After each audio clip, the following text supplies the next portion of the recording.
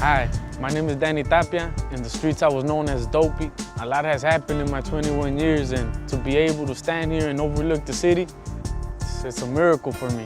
If it wouldn't have been for a bit of luck and what I have inside of me and friends of the family, I probably would have been dead by now.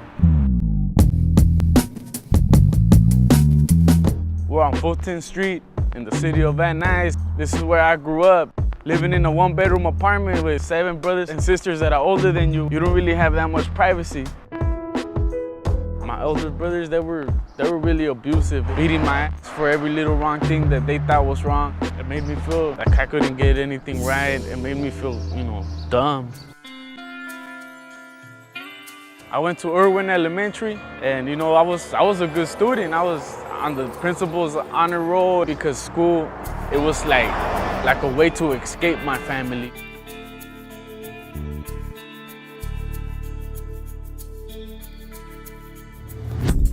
This is Sayre Street in the city of Sylmar. This is where I got introduced to gangbanging. I was feeling alone. I was kind of lost, confused. I wanted a friend. My homeboy Nick's brothers that were in the neighborhood, in the gang already. I started hearing their stories and it was all interesting to me. I wanted to be like them.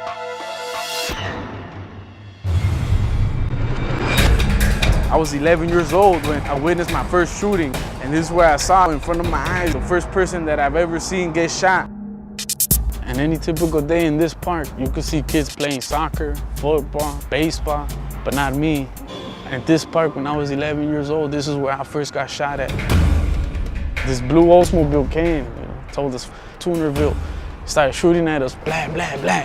My friend was grazed in the ankle and his socks were full of blood, and I was already getting deeper into the gang, so I wanted revenge, I wanted retaliation. The first time I ever stabbed somebody, I was 13 years old, and I looked up and I seen one of my rival gang members running at me with a gun and started swinging the knife. I didn't even lift my head, and when I felt that I wasn't hitting him anymore, I looked up. I see him running away with his back of his head full of blood, and it was then that I realized this ain't no joke.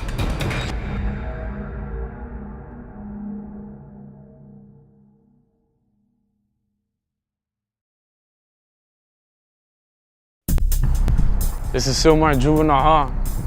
I spent 3 years of my life behind these walls. All I learned was how to be a bigger, badder, meaner gang member. And one day I found out my friend Danny got killed in my neighborhood. When I got out of juvenile hall, I got out with so much anger. All I wanted to do was catch them fools that smoked my homeboy Danny, I would sit here alone for hours with my gun, just waiting and hoping that somebody would come and say something so that I could get some action. This gas station is where I met my wife. She was driving up and I was pumping gas here with one of my homeboys. We got introduced. I liked her, she was attractive. We exchanged numbers. So later on that night, I found out that her brothers were in a rival gang of mine. That still didn't stop us.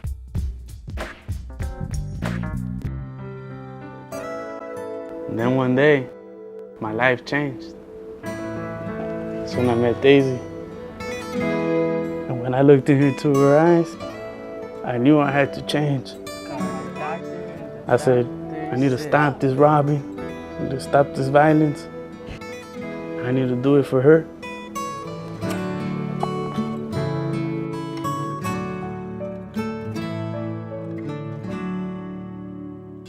After I met Tony and Daisy, I told myself I need to get a real job. So I went out, and within a 5-mile radius, I was looking for work at every door, at every factory I seen. And finally, I got a job at Bellis Steel.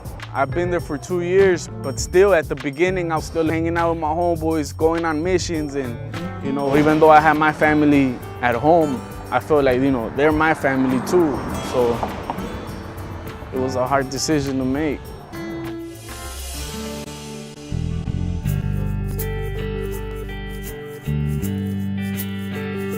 I first got involved with friends of the family through a flyer that I got in the hospital when my second daughter was born. Coming here from the lifestyle that I was living, it was like hitting a brick wall. I seen different dads that had, the same background as me, that were going through the same things that I was going through. That kind of gave me the support.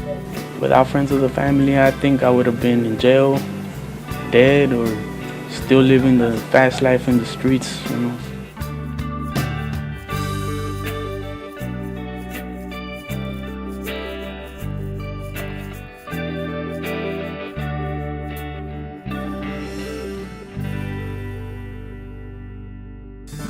That's my story. And my responsibilities now are to my family, my work, and my new homeboys, the young dads and friends of the family, who keep me looking for tomorrow, and maybe one day I'll be a grandfather.